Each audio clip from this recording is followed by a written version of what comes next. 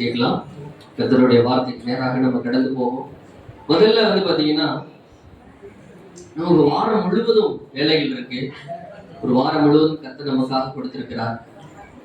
ஒரு வாரத்துல ஒரு 3 மணி நேரம் தேவனுக்காக நாம் ஒதுக்க முடியல அப்படின்னா, அந்த வாரம் முழுவதும், இப்ப நாளைக்கு என்ன கிழமை?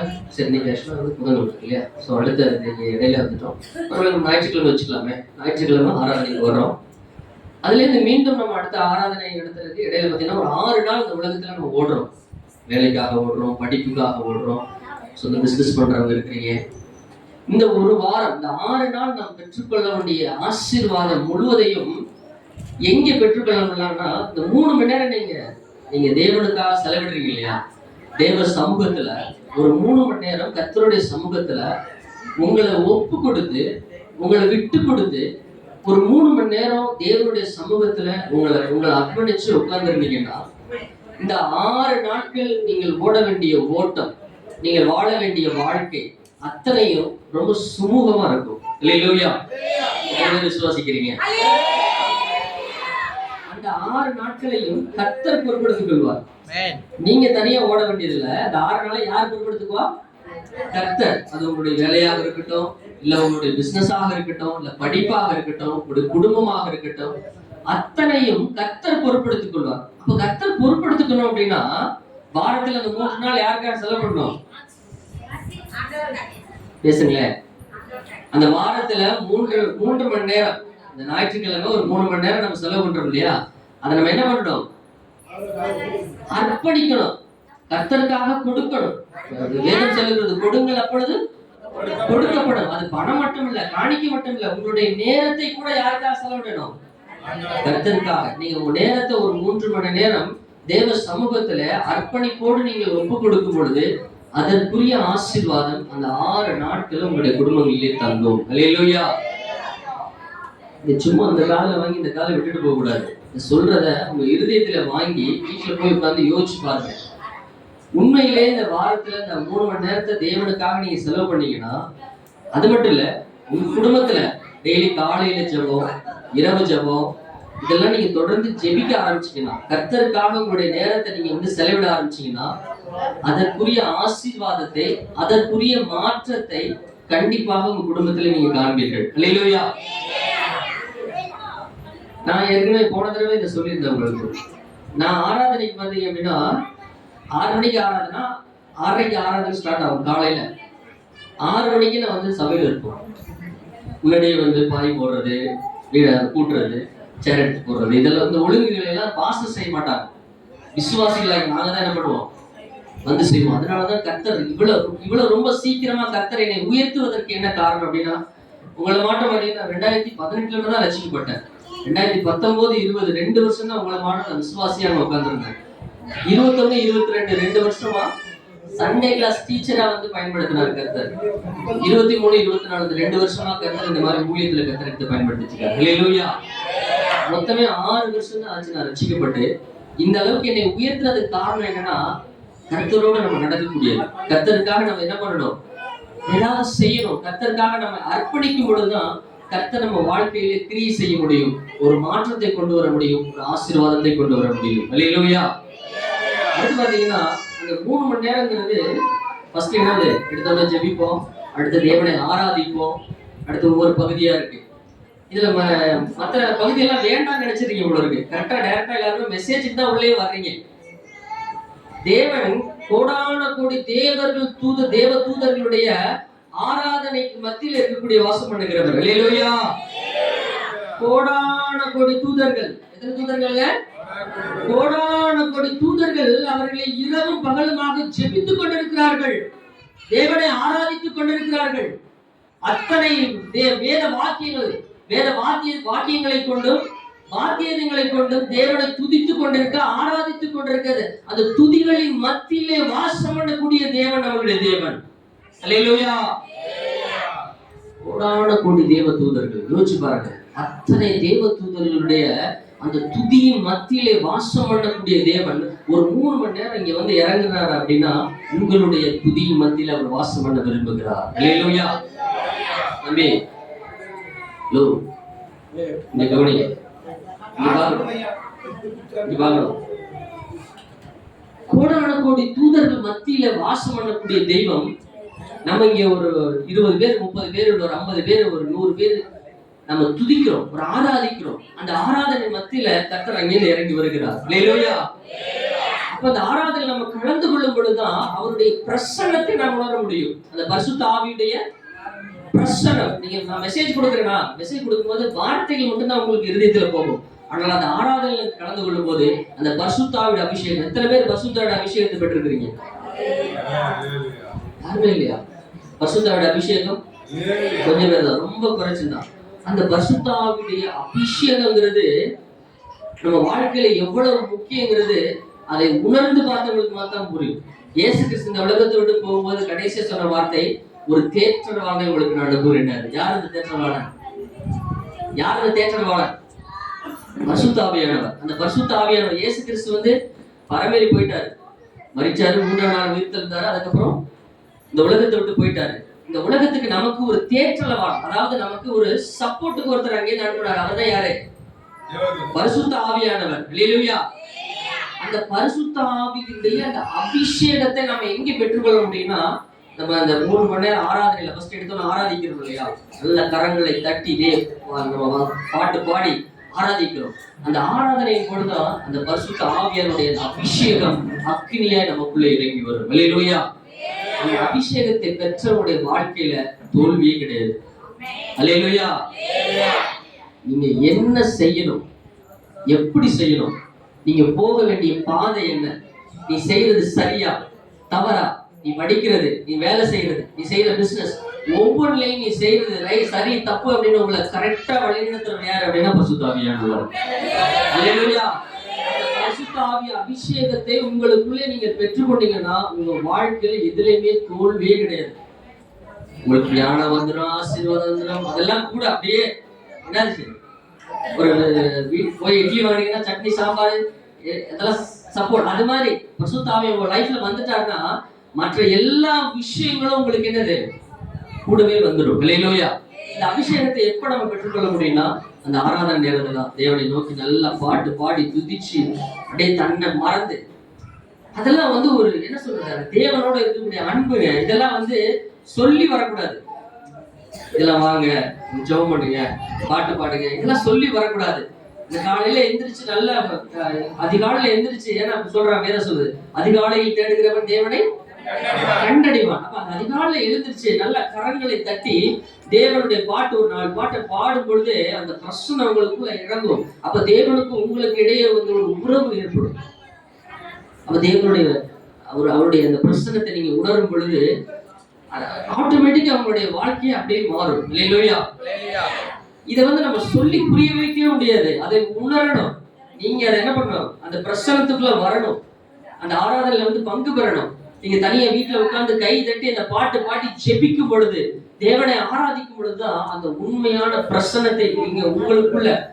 ஒவ்வொருத்தரையும் கேட்டோம்னா ஒவ்வொரு மாதிரி வித்தியாசமா சொல்லுவாங்க. எப்படி பரிசுத்த ஆவியானவங்களுக்குள்ள வர்றாருன்னா அது எப்படி நீங்க எப்படி ஒவ்வொரு பரிசுத்தவான்கள், ஒவ்வொரு பாஸ்டர்ஸ் ஒவ்வொருத்தரும் ஒவ்வொரு மாதிரி சொல்லுவாங்க. எனக்குலாம் பாத்தீங்க அப்படின்னா வெளில இருந்து அப்படியே ஒரு ஆள் உள்ள இறங்குற மாதிரி இருக்கும். அல்லேலூயா. அதை வந்து உணர்ந்து கொள்ளணும். நம்ம உணர வேண்டும் அப்படின்னா எங்க வரணும், ஆலயத்துக்கு வர வேண்டும். அல்லேலூயா. இந்த 3 மணி நேரம் என்பது தேவனுக்காக நீங்க ஒதுக்குங்க.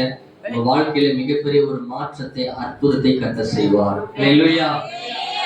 சோ உங்களுக்காக இது போன தடவை வரும்போதே நான் சொன்னேன், இந்த ஒவ்வொரு தடவை சொல்றது எனக்கு ரொம்ப சங்கடமா இருக்கு. ஏன்னா சொன்னதே திரும்ப திரும்ப பேசிட்டு இருக்கணும் அப்படின்னு. இதை நம்ம ஒரு தடவை சொல்லும் போதே நீங்க அதை கேட்டுட்டு உங்களுக்குள்ள ஒரு மாற்றம் வந்தா தான் இங்க வந்து நம்ம திரும்ப வந்து பேசுறதுக்கு என்ன இருக்கும்.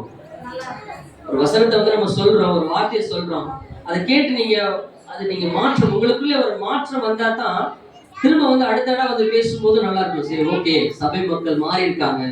ஏன்னா கிறிஸ்தவ வாழ்க்கை என்பது ஒரு மாற்றம், அப்படித்தானே? இதுக்கு முன்னாடி வந்து ரட்சிக்கப்படுவதற்கு முன்பாக நான் இருந்த ஒரு மனுஷன் இருக்கிறான், ரட்சிக்கப்பட்டதுக்கு பின்பாக இருக்கக்கூடிய ஒரு மனுஷன். அப்ப அந்த பழைய மனுஷன் மாறி ஒரு புது மனுஷன் மாறணும். அல்லேலூயா. இயேசு கிறிஸ்துவோட 2ஆம் வருகையில வந்து மனுஷன் மறுரூபமாகி தான் தேவனுக்கு நேராக போறான், பரலோக ராஜ்யத்துக்கு. அப்ப அந்த ரூபம் அந்த டோட்டலா மாறுறாங்க. அதே போலதான் பழைய மனுஷன் கொஞ்சம் கொஞ்சமா மாற்றம் அடைஞ்சு அவனுடைய கேரக்டர், அவனுக்குள்ள இருக்கக்கூடிய எல்லா சுபாவங்கள், பழைய சுபாவங்கள் எல்லாமே மாறி புது மனுஷனாக, ஒரு புது சிருஷ்டியாக, கர்த்தருக்கு உகந்த ஒரு மனுஷனாக மாறுறதுதான் கிறிஸ்தவ வாழ்க்கை. அல்லேலூயா. அப்ப இந்த இடத்துல வந்திருக்கீங்க அப்படின்னா, இன்னைக்கு வந்திருக்கிறீங்க, ஒரு ஒரு மணி நேரம் ஒரு செய்தி கேட்குறீங்க அப்படின்னா, இதுல இருந்து ஏதேனும் ஒரு வார்த்தை, ஒரு வசனம் என்னுடைய வாழ்க்கையில ஒரு மாற்றத்தை பண்ணிருக்கணும். என் வாழ்க்கையில என்ன பண்ணிருக்கணும்? ஒரு உருமாற்றம். என்னுடைய ரெகுலரா நான் எப்போதுமே நான் கோவப்படுவேங்க. இன்னைக்கு செய்தி கேட்டேன், இதுக்கு மேல நான் வாழ்க்கையில கோவமே பட மாட்டேன் அப்படின்னு ஒரு முடிவு எடுக்கணும். அல்லேலூயா. அதே போல நீங்க பேசக்கூடிய இதே ஒரு வார்த்தை உங்களுடைய வாழ்க்கையில ஒரு மாற்றத்தை கொண்டு வருவேனால், அதுதான் கர்த்தருடைய உண்மையான இயேசு கிறிஸ்துவுக்குள்ளாக நீங்க மாறி இருக்கிறீங்க, கர்த்தரை ஏற்றுக்கொண்டு இருக்கிறீங்க அப்படின்னு சொல்றது அதுக்கான அர்த்தம். அல்லேலூயா. இந்த உலகத்துல சொல்றாங்க, ஐயோ இது மதம் மாத்துறாங்க, இதெல்லாம் இல்ல. அல்லேலூயா. மதம் மாறல. நான் இன்னமே பாலசுப்ரமணியம் தான் இருக்கிறேன். மதம் யாருமே மாறவில்லை. நானும் கர்த்தரை அறியாத ஒரு குடும்பத்தில் இருந்தா மதம் மாறவில்லை. எனக்குள்ளே மாற்றங்கள், என்னுடைய மனசுல நிறைய மாற்றங்களை கர்த்தர் கொண்டு வந்திருக்கிறார். அல்லேலூயா. இதுக்கு முன்பாக, கர்த்தரை அறிவதற்கு முன்பாக இருந்த மனுஷன் வேறு, அன்றைய இருந்த பாலசுப்ரமணியன் வேறு, இன்னைக்கு தேவனுக்கு முன்பாக இருக்கக்கூடிய பாலசுப்ரமணியன் வேறு. அல்லேலூயா. எனக்குள்ளே அந்த மாற்றத்தை கொண்டு வர முடியும் யாருன்னா கிறிஸ்து. அந்த மாற்றத்தை எப்போ உங்களுக்குள்ள வருதோ அன்னைக்கு தான் கிறிஸ்து உங்களுக்குள்ளே பிறந்திருக்கிறார். அல்லேலூயா. எனக்கு ஒரு மென்டார் இருக்கு. அதாவது எனக்கு மேல ஒரு ரெகுலரா எனக்கு ஏதாவது ஒரு விஷயம் அப்படின்னா அவருக்காக கூப்பிட்டு ஜெபம் பண்ணுவேன். பாஸ்டர் அவர்கிட்ட பேசும்போது அவர் சொல்லுவார், ஒவ்வொரு நாளும் ஒரு ஸ்டெப் கர்த்தரை நோக்கி நம்ம எடுத்து வைக்கணுமா. யாரை நோக்கி? கர்த்தரை நோக்கி. அப்படின்னா எத்தனை இந்த பக்கம் கர்த்தர் நிக்கிறார், இந்த பக்கம் பிசாசு நிக்கிறார். அல்லேலூயா. நம்ம ஒவ்வொரு நாளும் யாரை நோக்கி எடுத்து வைக்கணுமா ஸ்டெப்? கர்த்தரை நோக்கி. ஒரு ஸ்டெப்னாவது தேவனை நோக்கி நம்மளுடைய ஸ்டெப் இருக்கணும். ஆப்போசிட் சைடு, அதாவது நமக்கு பிரியமில்லாத, கர்த்தருக்கு பிடிக்காத, பிரியமில்லாத செயலை நீங்க செஞ்சீங்கன்னா ஆட்டோமேட்டிக்கா உங்க ஸ்டெப் எங்க போயிட்டு இருக்கும்? பிசாசுக்கு நேரம் போயிட்டு இருக்கும். அல்லேலூயா. அப்ப நான் ஒவ்வொரு நாளும் ஒரு ஸ்டெப்னாவது தேவனை நோக்கி, தேவனுக்கு பிரியமுள்ளவர்களாக, தேவனுக்கு பிரியமுள்ள ஒரு வாழ்க்கையை நோக்கி ஒரு ஸ்டெப் நம்ம எடுத்து வச்சோம்னா அதுதான் நம்முடைய கிறிஸ்தவ வாழ்க்கையுடைய சக்சஸ், வெற்றி. அல்லேலூயா. அப்ப கிறிஸ்து பிறந்ததற்கான நோக்கம் என்ன? ரொம்ப முன்னேறாச்சு. ரொம்ப குயிக்கா ஒரு சில விஷயங்களை மாத்திரம் நம்ம பார்க்க போறோம். இயேசு கிறிஸ்து இந்த தினம் பிறந்திருக்கிறார் அப்படிங்கிறது டிசம்பர் 25 தான் பிறந்தாரா அப்படிங்கிறது இல்ல. சார் திரும்ப டிசம்பர் 25 தான் இயேசு பிறந்தாரா அப்படிங்கிறதுக்கு வேதத்துல எந்த விதமான எவிடன்ஸ் இல்ல. ஆனா இயேசு இந்த உலகத்துல பிறந்திருக்கிறார். அல்லேலூயா.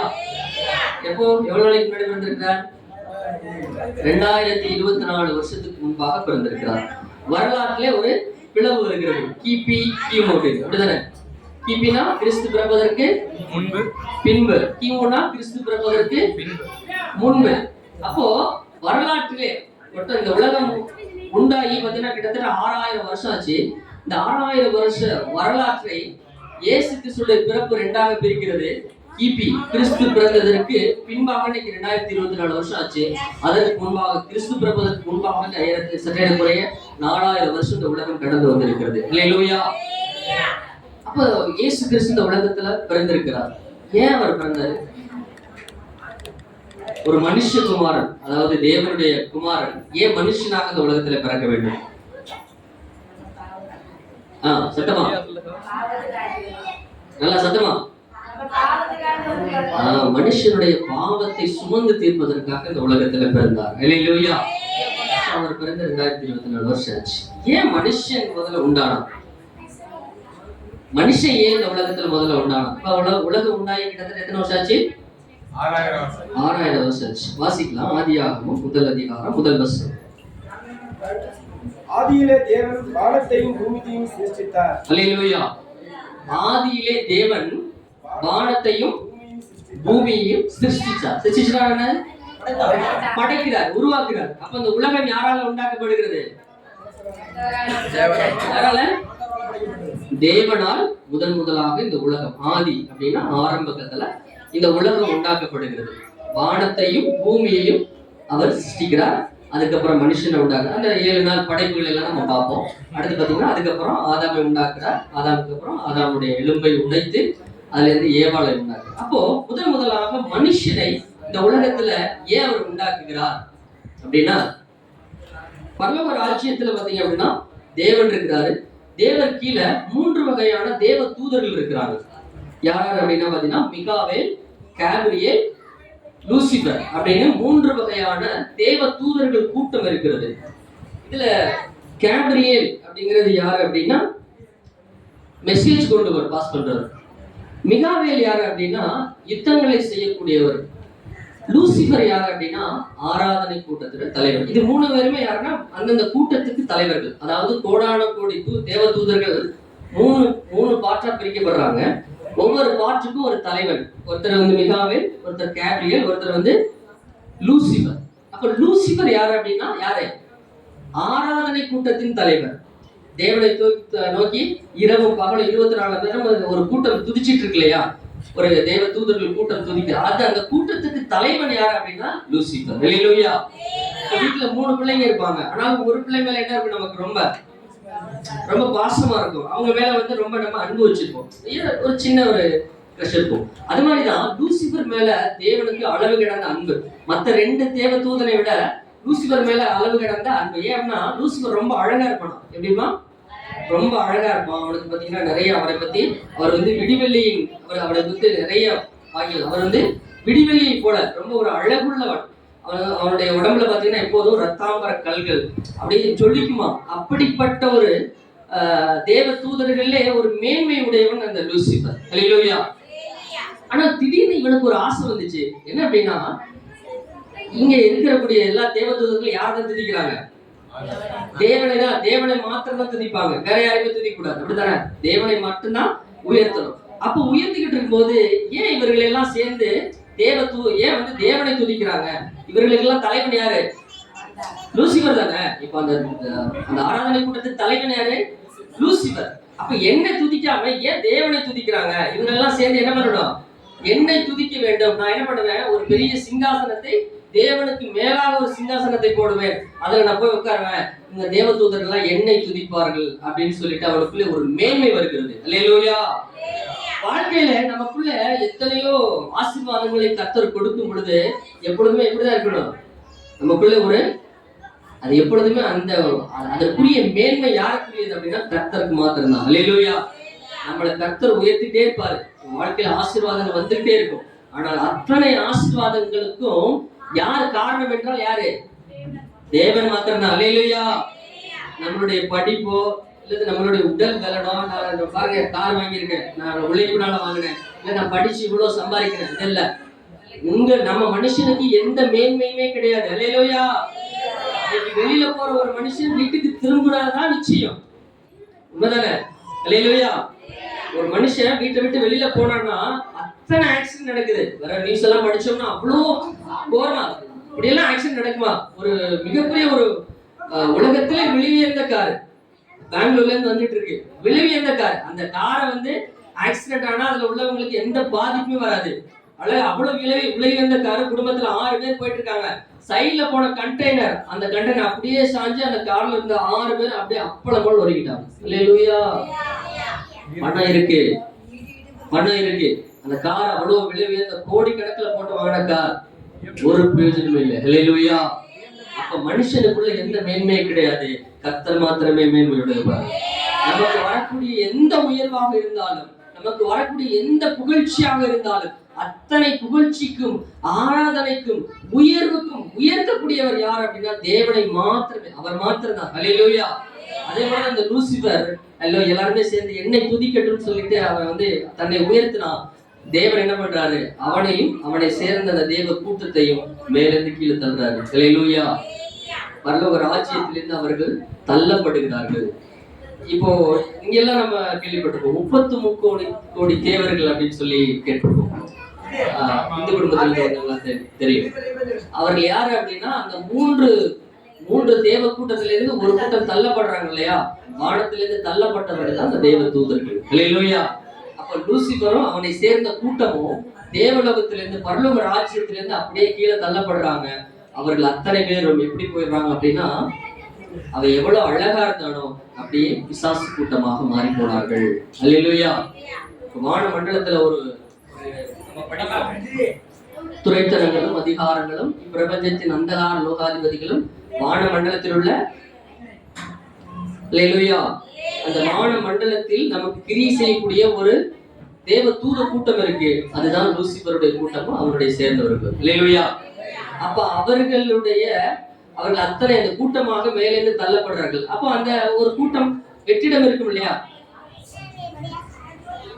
அல்லேலூயா.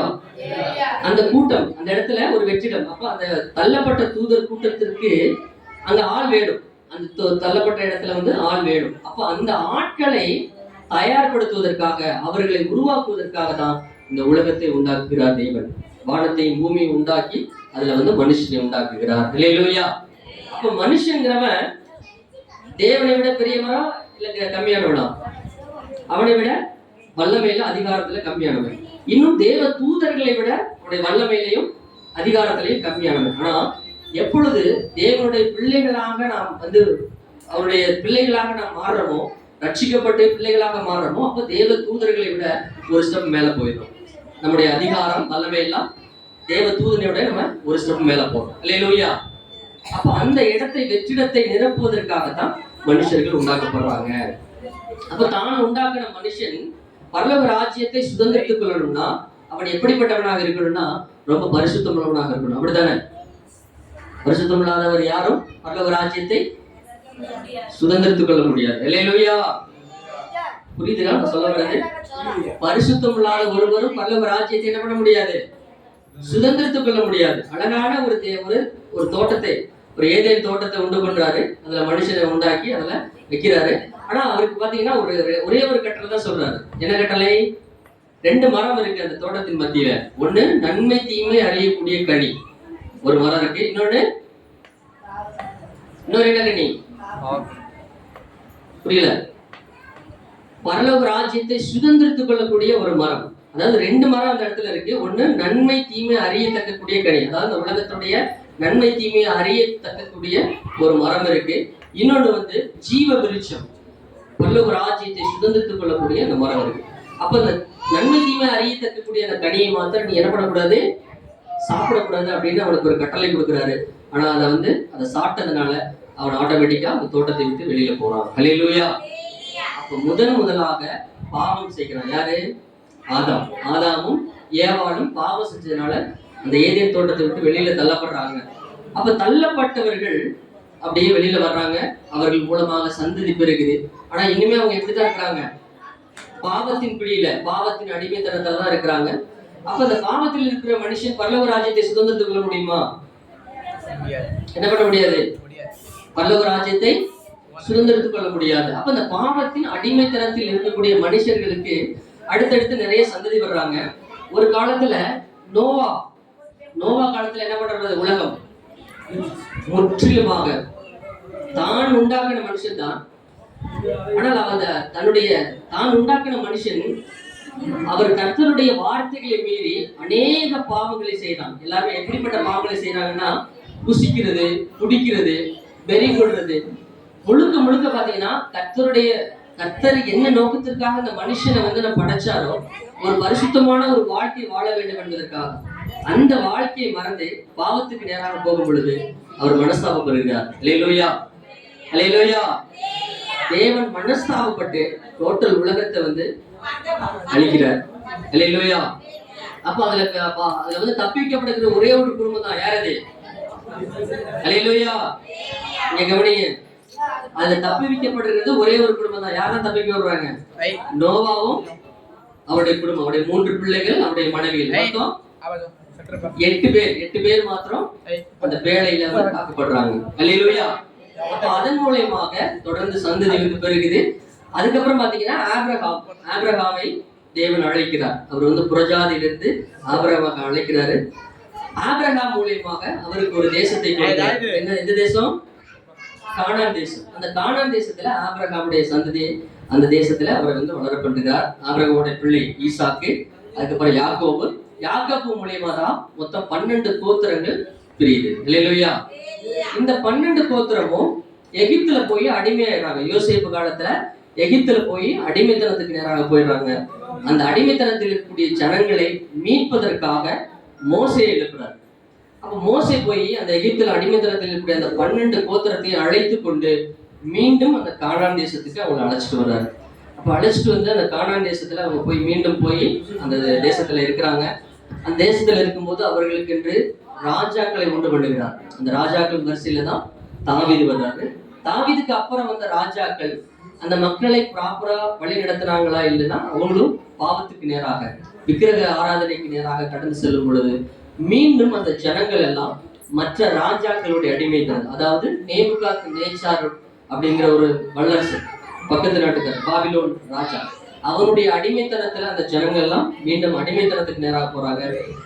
அந்த அடிமைத்தனத்திலிருந்து அடுத்து பாத்தீங்கன்னா தொடர்ந்து ராஜ்யங்கள் நிறைய வருது. அந்த ராஜ்யத்தின் வரிசையில ரோம ராஜ்யம் அப்படின்னு சொல்லிட்டு ரோம ராஜ்யம் வருது. அந்த ரோம ராஜ்யத்தினுடைய ஆட்சி காலத்துலதான் இயேசு இந்த உலகத்துல பிறக்கிறார். அல்லேலூயா. எந்த ராஜ்யம் சொன்ன? ரோம ராஜ்யம். அந்த ரோம ராஜ்யம் இந்த உலகத்தில் நடக்கும் பொழுதுதான், அதாவது ரோம ராஜ்யத்துடைய அடிமைத்தனத்துலதான் இந்த கிறிஸ்தவ மக்கள், அதாவது இந்த 12 கோத்திரம் சொல்றோம் இல்லையா, அந்த 12 கோத்திரமும் அந்த அவங்களுடைய ரோமர் ஆட்சியில அடிமைத்தனத்துல இருக்கிறாங்க. அவங்களுடைய நாடுதான் இஸ்ரேல் தேசத்துலதான் இருக்கிறாங்க. ஆனா ஆட்சி செய்யறது யாரு? இப்ப நம்ம இந்திய தேசம் தான். ஆனா பக்கத்து பாகிஸ்தான் வந்து நம்மளை ஆட்சி செஞ்சு அப்படி இருக்கும். ஆங்கிலேயர் ஆட்சி காலத்துல நம்ம எப்படி எவ்வளவு அடிமைத்தனத்துல இருந்தோம். சோ அந்த மாதிரியான ஒரு அடிமைத்தனம் அவருடைய தேசம். ஆனால் ராஜா ஆளுகை செல்வது ரோமர்கள் ஆட்சி செய்யறாங்க.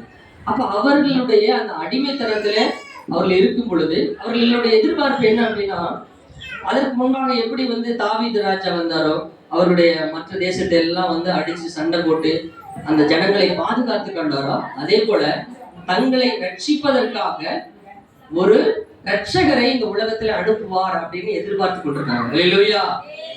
ஏசாயா தீர்க்கதரிசி கூட அவங்களுக்கு சொல்லியிருக்காரு, உங்களுக்காக ஒரு ரட்சகரை நான் அனுப்புவேன் உங்களை ரட்சிப்பதற்காக அப்படின்னு. ஏன்னா அதுக்கு முன்பாக அந்த ஜனங்களுக்கு எல்லாம் என்னது, எதுதான் பலன் அப்படின்னா தீர்க்கதரிசிகளுடைய வார்த்தை தான் அவங்களுக்கு என்னது பலன். கர்த்தர் அவர் மூலம், ஏன்னா நேரடியா கர்த்தர் பேசல, அவங்க பாவம் செஞ்சதுனால அவங்களுக்கும் கர்த்தருக்கு இடையில நிறைய கேப் ஆயிடுச்சு. அதனால தீர்க்கதரிசிகள் மூலமா தான் கர்த்தர் வந்து பேச ஆரம்பிச்சாரு. அப்ப ஏசாயா தீர்க்கதரிசி நிறைய இந்த பழைய ஏற்பாடு காலத்துல எல்லாம் பாத்தீங்கன்னா நிறைய தீர்க்க தரிசன புத்தகத்தை எல்லாம் நம்ம படிப்போம். அந்த தீர்க்க தரிசன புத்தகத்துல சொல்லப்பட்டிருந்ததுபடி அவர்கள் ரோம ஆட்சி காலத்துல ஒரு ரட்சகர் நமக்காக வருவார், நம்மை ரட்சிப்பதற்காக இந்த ரோமர் ஆட்சி காலத்திலிருந்து நம்மளை மீண்டும் அந்த தேசத்துடைய ராஜாவாக நம்மளை அமர பண்ணுவார் அப்படிங்கிற ஒரு எதிர்பார்ப்போட இஸ்ரவேல் ஜனங்கள், அதாவது 12 கோத்திரமும் வெயிட் பண்ணிட்டு இருக்காங்க. அந்த நேரத்துலதான் வாசிக்கலாம் லூக்கா 2ஆம் அதிகாரம் 10-12 வசனம். லூக்கா 2 10 முதல் 12. லூக்கா 2ஆம் அதிகாரம் 10 முதல் 12 வசனம். 95வது பக்கம் புதிய ஏற்பாடு. ஒருத்தர் கையில கூட பைபிள் இல்லையா? எல்லாம் மூடி வச்சிருக்கீங்க, எடுங்க வாசிங்க, ஓபன் பண்ணுங்க. நீங்க எல்லாம் வாலிப பிள்ளைங்கள, படிச்ச பிள்ளைங்க தானே? ஒருத்தர் கையில கூட பைபிள் இல்ல. லூக்கா 2ஆம் அதிகாரம் 10-12 வசனம். லூக்கா 2ஆம் அதிகாரம் 10-12 வசனம். தேவதூதன் அவர்களை நோக்கி, பயப்படாதீர்கள், இதோ எல்லா ஜனங்களையும் மிகுந்த சந்தோஷத்தையும் உண்டாக்கும் நற்செய்தியை உங்களுக்கு அறிவிக்கிறேன். உங்களுக்கு தாவீதின் குமாரனே உங்களிடம் பிறந்திருக்கிறார். பிள்ளையை துணியில் சுற்றி முன்னிலையில் கிடந்திருக்க காண்பீர்கள். இதுவே உங்களுக்கு அடையாளம் என்கிறார். அல்லேலூயா. அந்த ஜனங்கள் எல்லாம் யாரை எதிர்பார்த்துட்டு இருக்காங்க? ஒரு ரட்சகர் நம்ம வாழ்க்கையில வருவார் அப்படின்னு எதிர்பார்த்துட்டு இருக்காங்க. பழைய ஏற்பாட்டுல கடைசி புத்தகம் பாத்தீங்கன்னா மல்கியா புத்தகம், மல்கியா தீர்க்க தரிசன புத்தகம். அந்த தீர்க்க தரிசன புத்தகம் எழுதப்பட்டதுக்கு அப்புறம் சற்றேறக்குறைய 400 வருஷங்கள் எந்த தீர்க்க தரிசனமே எழுதப்பட. 400 வருஷமா ஜனங்களுக்கு தீர்க்க தரிசனமே கிடையாது. அப்போ எதிர்பார்த்துட்டு கொண்டிருக்க காலத்துல அப்ப திடீர்னு ஒரு தீர்க்க தரிசனம் உங்களுக்கு வெளிப்படுது. இந்த லூக்கா 2ஆம் அதிகாரத்துல சொல்லப்பட்ட அந்த நற்செய்தி உங்களுக்கு கொடுக்கப்படுகிறது. தேவதூதன் அவர்களை நோக்கி, பயப்படாதிருங்கள், இதோ எல்லா ஜனங்களுக்கும் மிகுந்த சந்தோஷத்தை உண்டாக்கும் நற்செய்தி உங்களுக்கு அறிவிக்கிறேன். இன்று கர்த்தராகிய கிறிஸ்து என்னும் இரட்சகர் உங்களுக்கு தாவீதின் ஊரிலே பிறந்திருக்கிறார். அல்லேலூயா. எப்படி இருக்கணும் யோசிச்சு பாருங்க. 400 வருஷமா எந்த தீர்க்க தரிசனமே இல்லை. அவங்க அடிமைத்தனத்துல இருக்கிறாங்க. அந்த ரோமர் ஆட்சி காலத்துல அவங்கள போட்டு கொடுமைப்படுத்துறாங்க. அவங்களால எதுவுமே முன்னேற்றமே அடைய முடியல. அப்படி ஒரு அடிமைத்தனத்தில் இருக்கக்கூடிய காலகட்டத்துல ஒரு வார்த்தை வருகிறது, இதோ உங்களுக்காக ஒரு ரட்சகர் தாவீதின் ஊரிலே பிறந்திருக்கிறார் அப்படிங்கிற ஒரு செய்தி எவ்வளவு பெரிய ஒரு மகிழ்ச்சியான சந்தோஷமான செய்தியா இருக்கும். இல்லையா? அதே போலதான் எகிப்துல அடிமைத்தனத்தில் இருந்த ஜனங்களை மோசே போய் பார்க்க போறாரு. அப்ப போய் பார்க்கும்போது அவர் சொல்றாரு, இந்த மாதிரி அவங்களும் 400 வருஷம் அந்த எகிப்துல அடிமைத்தனத்துல இருக்கிறாங்க. அப்ப உங்களை ரசிச்சு நான் இங்க அழைச்சிட்டு போறேன் அப்படிங்கிற ஒரு நற்செய்தியை சொல்றாரு. அப்ப எவ்வளவு சந்தோஷமான ஒரு விஷயமா இருந்து பாருங்க. அப்ப அந்த சந்தோஷத்தை அவர்கள் மகிழ்ச்சியாக கொண்டாடுறாங்க. இந்த சந்தோஷமான வார்த்தை அவர்களுக்கு மட்டும் சொல்லப்படல, கிழக்கிலிருந்து சாஸ்திரிகளுக்கு சொல்லப்படுகிறது. கிழக்கு அதாவது எருசலேம்ல இருந்து கிழக்குன்னு பாத்தீங்க அப்படின்னா நமக்கு இந்தியா, சைனா இந்த நாடுகள் தான். இந்த தேசங்களுக்கு அறிவிக்கப்படுகிறது. அப்போ அந்த இயேசு கிறிஸ்து பிறந்தனால நம்ம அந்த ஸ்டார் கட்டுறோம் இல்லையா, அந்த நட்சத்திரம் வானத்துல தோன்றுது. இல்லையா? அந்த ரட்சகர் பிறந்திருக்கிறார் அப்படிங்கிறதுக்குரிய அடையாளம் வானத்துல ஒரு நட்சத்திரமாக காண்பிக்கப்படுது. அதனாலதான் நம்ம எல்லாருமே வீட்டுல என்ன பண்றோம், ஒரு ஸ்டார் கட்டுறோம். அந்த அந்த வெளிப்பாடு அந்த வானத்துல காண்பிக்கப்படுகிறது. அப்போ இந்தியா, சைனா இந்த தேசத்துல இருந்து இருக்கக்கூடிய சாஸ்திரிகள் கிட்டத்தட்ட 2000 பேர் இங்க இருந்து கிளம்பி போயிருக்காங்க. யாரை பாக்குறதுக்கு? இயேசு கிறிஸ்துவை பார்ப்பதற்கு. இல்லையா? பைபிள்ல இல்ல, சைனாவில் இருக்கக்கூடிய ஒரு பல்கலைக்கழகத்துல இதை பறித்த ஒரு நோட்ஸ் வந்து எழுதப்பட்டிருக்கு. கிட்டத்தட்ட எத்தனை பேருங்கன்னா 2000 சாஸ்திரிகள், வான சாஸ்திரிகள் வந்து அந்த குழந்தை இயேசுவை பார்ப்பதற்காக அந்த கரெக்டா அந்த பிறந்த நாளை நோக்கி அதுக்கு முன்பாகவே அவங்க கிளம்பி போறாங்க. கரெக்டா அந்த பிறந்த நாளுக்கு அங்க இருந்து கிளம்பி போறாங்க. இல்லையா? அப்ப போனவங்க நேரா எங்க போகணும்?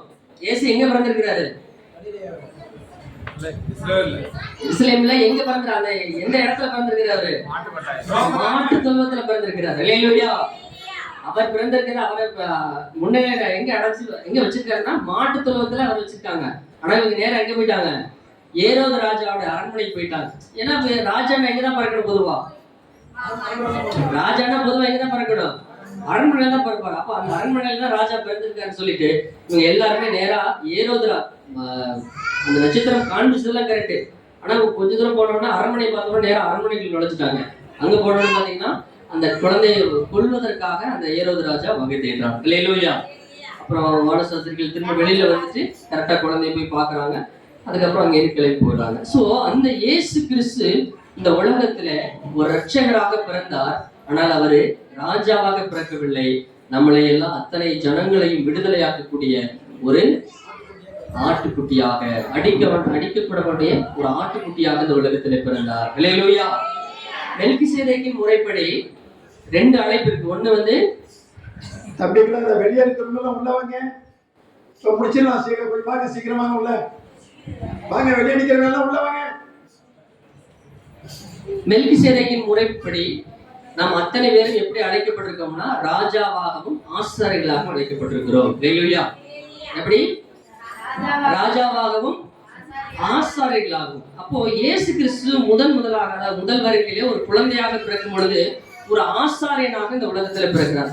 ஒரு ஆசாரியனுடைய வேலை என்ன அப்படின்னா, ஒரு ஆட்டையோ ஒரு மாட்டையோ பலி கொடுத்து அந்த ஜனங்களுடைய பாவத்திற்காக தேவனிடத்துல போய் பரிந்து பேசணும். இவங்க எல்லாம் அந்த மாதிரி தப்பு பண்ணிட்டாங்க, இவங்க எல்லாம் மன்னிச்சுக்க, இவங்க இனிமேல் தப்பு பண்ண மாட்டாங்கன்னு சொல்லிட்டு யார்கிட்ட போய் பரிந்து பேசணும்?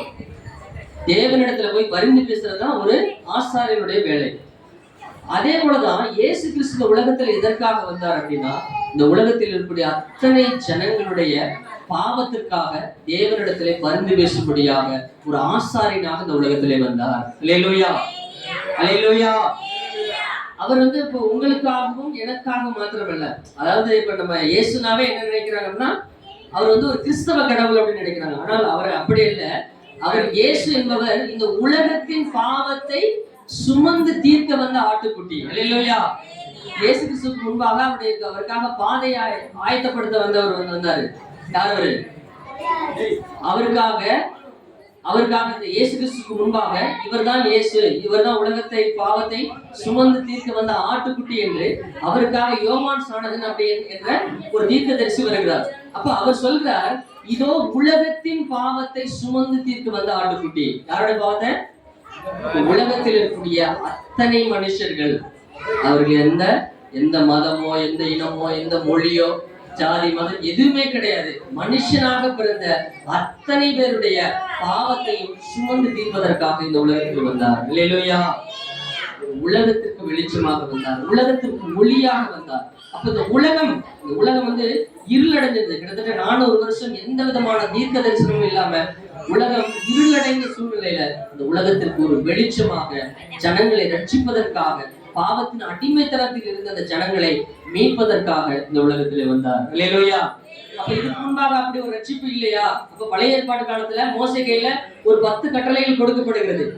அந்த 10 கட்டளையின்படி என்ன பண்றாங்க? ஆடுகளையும் மாடுகளையும் பலியிட்டு அவங்களுக்குன்னு ஒரு தேவாலயம் இருந்துச்சு. அப்ப அந்த தேவாலயத்துக்குள்ள, அந்த மகா பரிசுத்த ஸ்தலத்துக்குள்ள அந்த ஆட்டையும் மாட்டையும் பலியிட்டு அங்க என்ன பண்ணுவாங்க? அந்த மகா பரிசுத்தத்துல அந்த ரத்தத்தை கொண்டு போய் அந்த ஜனங்களுடைய பாவத்திற்காக பலியாக செலுத்தினார்கள். ஆனா அதனால அவருடைய பாவம் மன்னிக்கப்பட்டதா என்றால் மன்னிக்கப்படவில்லை. அல்லேலூயா. இன்னைக்கு உலகத்துல அப்படிப்பட்ட ஒரு சடங்காச்சாரம் இருக்கா? கிறிஸ்தவத்துல இல்ல இன்னைக்கு. ஆனா மற்ற மதங்கள் எல்லாம் அப்படிப்பட்ட ஒரு சடங்காச்சாரம் இருக்கு. கோயில்கள்ல ஆடுகளையும் மாடுகளையும் பலியிடக்கூடிய ஒரு சடங்காச்சார முறைமை இருக்கு. அந்த முறைமைப்படிதான் கிறிஸ்தவமே, அதாவது அது இதுக்கு முன்பாக இருந்த கிறிஸ்தவ முறை, பழைய ஏற்பாட்டு காலத்துல அப்படிதான் ஒரு முறைமை இருந்தது. அந்த முறைமை நீங்கி ஒரு புது முறைமையை கிறிஸ்து கொண்டு வருகிறார். அப்ப கிறிஸ்து தன்னையே பலியா கொடுக்கிறார். அல்லேலூயா. சிலுவையிலே தன்னையே பலியாக கொடுத்து தன்னுடைய இரத்தத்தை இந்த உலகத்துல சிந்தி, அந்த இரத்தத்தை பரலோக ராஜ்யத்தில் இருக்கக்கூடிய தேவ சமூகத்தில் அவருடைய வலது பாரசத்தில் அமர்ந்து கொண்டு இந்த உலகத்தில் இருக்கக்கூடிய அத்தனை மனுஷனுடைய பாவத்திற்காகவும் தன்னுடைய இரத்தத்தை கையில வச்சுட்டு அவருக்காக அத்தனை மனுஷனுடைய பாவத்திற்காகவும் பரிந்து பேசிக் கொண்டிருக்கிற கிறிஸ்து தான். அதற்காக இந்த உலகத்துல அவர் பிறந்தார். அல்லேலூயா. அல்லேலூயா. அப்ப அப்படிப்பட்ட கிறிஸ்து நம்முடைய வாழ்க்கையில பிறந்திருக்கிறார். உண்மையா பொய்யா? அல்லேலூயா. பேச முடிச்சிட்டீங்களா? அப்படிப்பட்ட கிறிஸ்து நாம் பெற்றிருப்பது எவ்வளவு பாக்கியம் நினைச்சு பாருங்க. இன்னைக்கு அந்த கிறிஸ்துவை அறியாத ஜனங்கள் இந்த உலகத்துல எத்தனை பேர் இருக்காங்க. ஆனால் அப்படிப்பட்ட கிறிஸ்துவை நம்ம வாழ்க்கையில் நம்ம பெற்றிருக்கிறோம். ஆனா அதனுடைய மகத்துவம் என்ன, அதனுடைய மகிமை என்ன, கிறிஸ்து நம்ம வாழ்க்கையில வந்ததன் நோக்கம் என்ன என்பதை நாம் முற்றிலுமாக அதை அறிந்து அதன்படி நடப்போமே. ஆனால் அவருடைய அந்த கிறிஸ்து நம்ம வாழ்க்கையில கிரியை செய்ய ஆரம்பிச்சார்னா அதனுடைய வழிநடத்துதலே வேற. அல்லேலூயா. அப்ப கிறிஸ்து நம்ம வாழ்க்கையில முழுமையாக கிரியை செய்யணும். கிறிஸ்து நம்ம உள்ள பிறந்திருக்கிறார், அப்படித்தானே? அல்லது நம்ம வாழ்க்கையில கிறிஸ்து பிறந்திருக்கிறார் இல்லையா? பிறந்திருக்கிறார். அந்த கிறிஸ்து நம்ம வாழ்க்கையில் நம்ம கூடவே இருக்கிறார். அப்ப அந்த பிறந்த கிறிஸ்து நம்ம வாழ்க்கையில நம்ம கிரியை செய்யணும். போன தடவை அதுதான் நம்ம மெசேஜா பார்த்தோம். கிறிஸ்து நம்ம வாழ்க்கையில இருக்கிறார். அவர் முழுமையாக நம்ம வாழ்க்கையில வெளிப்பட வேண்டும், அநேக ஜனங்களுக்கு பயன்பட வேண்டும். அல்லேலூயா. இயேசு கிறிஸ்து நம்ம வாழ்க்கையில பிறந்திருக்க கிறிஸ்துவை நம்ம இருக்க பற்றி கொண்டவங்கன்னா நம்ம வாழ்க்கையில மிகப்பெரிய மாற்றம் உண்டாகும். நம்ம வெறுமனே கிறிஸ்துவை இதுக்கு முன்னாடி நான் ஒரு கடவுளை வணங்கிட்டு இருந்தேன். எப்போதும் ஒரு கோயிலுக்கு போவேன், அங்க போவேன், இங்க போவேன், வணங்கிட்டு இருந்தேன். இப்போ ஒரு புதுசா ஒரு கடவுளை வணங்குறேன் அப்படிங்கிறதுக்காக நம்ம வரல. அல்லேலூயா. எனக்கு இதுக்கு முன்னாடி ஒரு சாமி இருந்துச்சு, அதை நான் வணங்கிட்டு இருந்தேன். புதுசா ஒரு சாமி, ஒரு இயேசு கிறிஸ்துன்னு சொல்றாருங்க, அவங்களை நான் வணங்குறதுக்காக இந்த உலகத்துல வந்திருக்கேன், அதுக்காக நான் சபைக்கு வரேன் அப்படிங்கிறதுக்காக வரவில்லை. அல்லேலூயா. நான் முதல்ல சொன்னது மாதிரி பரலோக ராஜ்யத்துல தள்ளப்பட்ட தேவ தூதர்களுக்கு மாற்றாக இந்த சபையை, இங்கே செலக்ட் பண்ணப்பட்ட மக்களை கூட்டி போகும்படியாக, நம்மளை கூட்டி சேர்க்கும்படியாக, இந்த பரலோக ராஜ்யத்திலே தேவ சமூகத்திலே கொண்டு போய் நிறுத்தும்படியாகத்தான் கர்த்தர் நம்மை எல்லாம் அழைத்திருக்கிறார். அல்லேலூயா. அவருடைய 2வது வருகையில தன்னுடைய சொந்த இரத்தத்தினால சம்பாதிச்ச இந்த சபையை கூட்டி போகும்படியாக வரப்போகிறார். அல்லேலூயா. நாம் அத்தனை பேரும் யாரெல்லாம் அவருடைய இரத்தத்தினால நம்ம கழுவப்பட்டிருக்கோமோ அத்தனை ஜனங்களும், ரட்சிக்கப்பட்ட தேவ ஜனங்கள் அத்தனை பேரும் எங்க போய் நிக்க போறோம் அப்படின்னா, வாசிக்கலாம். வெளிப்படுத்தின விசேஷம் 7வது அதிகாரம் வாசிக்கலாம். வெளிப்படுத்தின விசேஷம் 7வது அதிகாரம் 9வது வசனம். வெளிப்படுத்தின விசேஷம் 7வது அதிகாரம் 9வது வசனம். இவைகளுக்கு பின்பு நான் பார்த்தபோது இதோ சகல ஜாதிகளிலும் கோத்திரங்களிலும் ஜனங்கள் ஆசைக்காரங்களிடமிருந்து வந்த ஒருவனும் கூடாததுமான திரளான கூட்டமாகிய ஜனங்கள் வெள்ளை அக்கினிகளை தரித்து தங்கள் கைகளை பிடித்து சிங்காசனத்திற்கு முன்பாகவும் கண்டேன். அல்லேலூயா, அல்லேலூயா. நல்ல கரங்களை உயர்த்தி அல்லேலூயா. திரளான கூட்டமாகிய ஜனங்கள் வெள்ளை அங்கிகளை தரித்து தங்கள் கைகளில் குருத்தோலைகளை பிடித்து சிங்காசனத்திற்கு முன்பாகவும், யாருக்கு முன்பாக? தேவனுடைய சிங்காசனத்திற்கு முன்பாகவும் ஆட்டுக்குட்டியானவர் யாரு? இயேசு கிறிஸ்து, அவருக்கு முன்பாகவும் நிற்க கண்டேன். அல்லேலூயா, அல்லேலூயா. நாம வெறுமனே அழைக்கப்பட்டவர்கள் அல்ல, தேவனுடைய சிங்காசனத்திற்கு முன்பாகவும் ஆட்டுக்குட்டியானவருக்கு முன்பாகவும் நிற்பதற்காக அழைக்கப்பட்டவர்கள். அல்லேலூயா, அல்லேலூயா. நம்முடைய அழைப்பை உணர்ந்தோமானால், இயேசு கிறிஸ்து எதற்காக என்னை இந்த உலகத்திலே அழைத்தார்? வெறுமனே அல்ல. வசனம் சொல்கிறது, யாரை தாயின் கருவில் உருவாகும் முன்பே நான் உன்னை தெரிந்து கொண்டேன். அல்லேலூயா. தாயின் கருவில் உருவாகும் முன்பே நான் உன்னை தெரிந்து கொண்டேன். அப்போ யாரை முன் அறிந்தாரோ அவர்களை முன் குறித்திருக்கிறார். யாரை முன் குறித்திருக்கிறாரோ அவர்களை அழைத்திருக்கிறார். யாரை அழைத்திருக்கிறாரோ அவர்களை கர்த்தர் மகிமைப்படுத்தி இருக்கிறார். அல்லேலூயா. அழைக்கப்பட்டவர்கள், இந்த சபையிலே அழைக்கப்பட்ட அத்தனை பேரும் தேவனுடைய சிங்காசனத்திற்கு முன்பாக நிற்கும்படியாக அழைக்கப்பட்டவர்கள். அல்லேலூயா. உங்களுடைய அழைப்பை உணர்ந்தவர்களாக நீங்க இருந்தீங்க அப்படின்னா இவ்வளவு நிர்வசனமா இருக்க மாட்டீங்க. சபையில சத்தம் போட மாட்டீங்க. உங்களுடைய நேரத்தை கர்த்தருக்காக ஒதுக்குவீங்க. நான் கர்த்தரோடு இருக்கணும், என்னை அழைத்த தெய்வத்துக்கு முன்பாக நான் நிற்க வேண்டும். ஏன்னா சிங்காசனம் தேவனுடைய சிங்காசனம். அவரை பற்றி வேதம் சொல்லுகிறது, வானம் எனக்கு சிங்காசனம், பூமி எனக்கு பாதம். எவ்வளவு பெரிய உலக உருண்டை அவருடைய பாதத்துக்கு கீழே ஒரு புள்ளி மாதிரி இருக்குதான். அப்ப எவ்வளவு பெரிய ஒரு சைச்சாட்டிக்கான ஒரு கடவுள், அவருக்கு முன்பாக, அவருடைய சிங்காசனத்திற்கு முன்பாக அழைக்கப்பட்ட நாம், நம்முடைய அழைப்பை உணர்ந்தவர்கள், கர்த்தருடைய மகிமையை உணர்ந்தவர்கள் அவரை இறுக பற்றிக் கொள்வார்கள். அல்லேலூயா. அப்ப அதுக்கு நான் என்ன பண்ணணும்? நான் தேவனோட நான் பற்றி இருக்க, அவரோட நான் கூட இருக்கணும். என்ன பண்ணணும்? நான் டெய்லி காலையில எழுந்திருந்து வேதத்தை வாசிக்கணும். காலையில் எழுந்திரிச்சு ஒரு மணி நேரம் அது தேவனுடைய சமூகத்துல உட்கார்ந்து ஜெபிக்கணும். நைட்டு படுக்கும் போது 1 மணி நேரம் நான் உட்கார்ந்து குடும்பமா உட்கார்ந்து தேவனுடைய சமூகத்தில் என்னுடைய நேரத்தை செலவிட வேண்டும். அல்லேலூயா. உண்மையாக தேவனுக்காக உங்களுடைய நேரத்தை நீங்க செலவிடுவீங்கன்னா, தேவனோடு நடப்பீர்களானால் கண்டிப்பாக எங்க நிற்பீங்க? பரலோக ராஜ்யத்துல, தேவனுடைய சமூகத்துல, பரலோக அவருடைய சிங்காசனத்திற்கு முன்பாக வெள்ளை அங்கிகளை தரித்துக் கொண்டு குருத்தோலைகளை பிடித்துக் கொண்டு தேவனுடைய சமூகத்திலே நிற்பீர்கள். அல்லேலூயா, அல்லேலூயா. அனைவரும் எழுந்து நிற்கலாமா? எழுந்து நிற்கலாம்.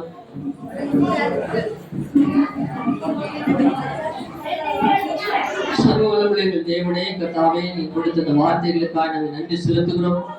கர்த்தருடைய வசனத்தை நாங்கள் கேட்டு கர்த்தர் கிருபை தந்தீர். ஆண்டவரே, இயேசு கிறிஸ்துடைய ஆண்டவரே, இந்த பிறந்த நாள் அதுவாக ஆண்டவரே, தேவனுடைய வார்த்தையில் நாங்கள் கேட்ட வசனம், ஆண்டவரே, நாங்கள் கேட்ட சத்தியம் எங்கள் வாழ்க்கையில அபியாசப்படுத்த கர்த்தர் எங்களுக்கு கிருபை தார். இது வசனம் எங்களுடைய வாழ்க்கையில கிரியை செய்யட்டும். அமைதியா இருக்கீங்களா? சத்தம் போடாம கொஞ்சம் அமைதியா இருங்க. தயவு செஞ்சு வெளியே இருக்கவங்களா உள்ள வாங்க. சிஸ்டர் வாங்க உள்ள. எல்லாம் உள்ள வாங்க. என்ன போடுங்க? வலது கரத்தை எல்லாம் கண்களை மூடுங்க. கண்களை மூடி. கர்த்தாவே, நீ கொடுத்த இந்த வார்த்தையில் இந்த பிள்ளைகள் அத்தனை பேருடைய வாழ்க்கையில ஒரு மாற்றத்தை, ஒரு விடுதலையை, ஒரு ரட்சிப்பை கொண்டு வர வேண்டும்.